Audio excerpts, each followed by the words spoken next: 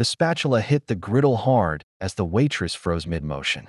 Conversations in the diner halted, not because of a fight, but because of the silence that had grown too loud to ignore. IDs. Now, the officer's voice sliced through the morning hush. He stood over a booth where two elderly black men sat, still holding menus. Their posture didn't shift. Their hands rested gently on the table, calloused, calm, worn with time and memory. The younger officer's badge gleamed under the fluorescent light, but his stance carried something colder: suspicion. Not curiosity, not concern, accusation. Without reason, I said now. The older man slowly folded his menu, eyes never leaving the officer's. Is there a problem, son? You don't match the description, the officer snapped. But two black men, sitting here this early, not eating? Looks off. The diner stiffened. Forks hovered midair.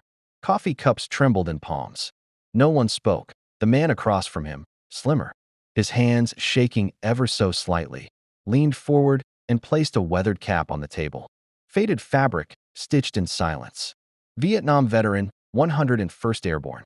Not a decoration. A history. The older one reached into his coat and did the same. A darker cap. Newer embroidery.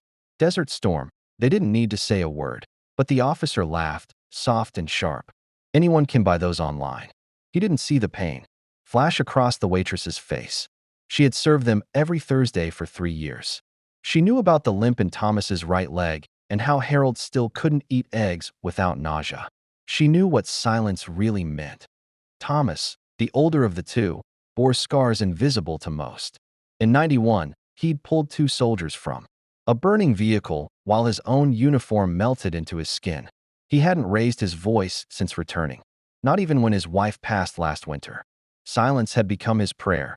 Harold had jumped from helicopters into jungles that swallowed sound, lost 3 brothers in one ambush. He still woke up sweating, reaching for a weapon that wasn't there. His voice, when it came, cracked like brittle leaves. Neither man moved. Neither man argued. They simply waited. Then the door creaked open and a tall figure in uniform stepped inside, scanning the room. His insignia sparkled gold. His boots were shined with military precision. He moved straight toward the booth and stood between the officer and the veterans. I'm Lieutenant Colonel Graham. I lead the veteran support unit down the road. The young officer blinked. I heard about the call, Graham continued. Anonymous tip. 2 black men loitering. No crime. No complaint. Just skin and silence. He turned to Thomas and Harold and gave a sharp salute. They served with distinction.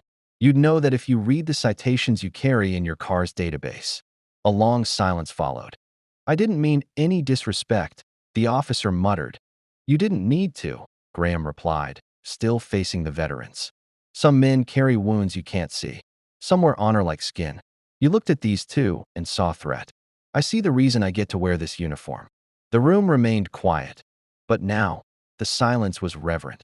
The waitress placed 2 plates of pancakes and eggs on the table, her hands trembling.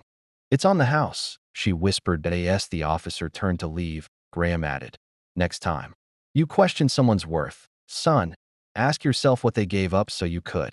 The officer froze for a second, then walked out without another word. Harold finally smiled, weak but warm. Guess I'll eat the eggs today. Thomas nodded. Not gonna let a boy in a badge ruin my Thursday. Outside, a few patrons had quietly started recording.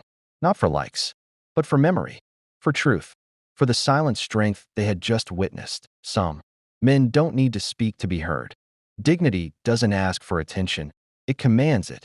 As the men ate in peace, a young girl from the corner booth came over, her tiny hand holding a crayon drawing of 2 men in uniform under a bright blue sky. Thank you for keeping us safe. Neither veteran said a word, but their eyes, misted and full, said everything. Some heroes walk through life unrecognized, until the world finally remembers to look up. If this story moved you, leave a comment below with where you're watching from. Share your thoughts. And don't forget to subscribe for more real stories that honor silent heroes and the dignity they carry.